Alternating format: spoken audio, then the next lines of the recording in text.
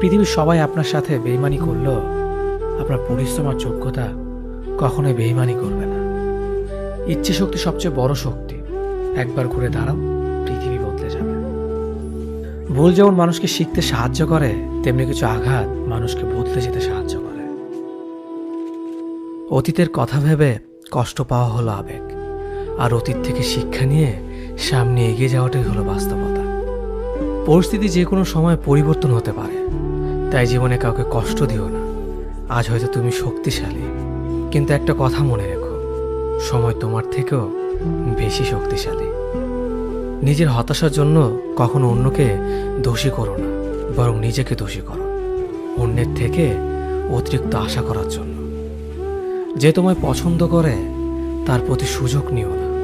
তোমাকে যা প্রয়োজন তাকে ব্যস্ততা দেখিও না। যে তোমায় ভরসা করে তার সাথে প্রতারণা করো না।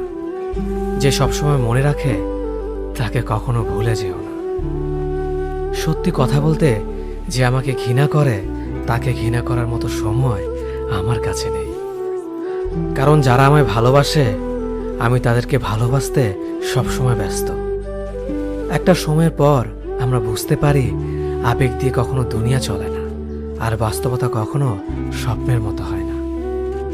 অতীত তোমাকে কষ্ট দেবে, ভবিষ্যৎ তোমাকে স্বপ্ন দেখাবে, আর বর্তমান সব সময় তোমার পাশে থাকবে। তাই শুধু বর্তমান নিয়ে ভাবো। মানুষকে তোমার দুর্বলতা বুঝতে দিও না, কেননা মানুষ তোমার দুর্বলতা জানলে তা নিয়ে খেলা করতে আনন্দ পাবে।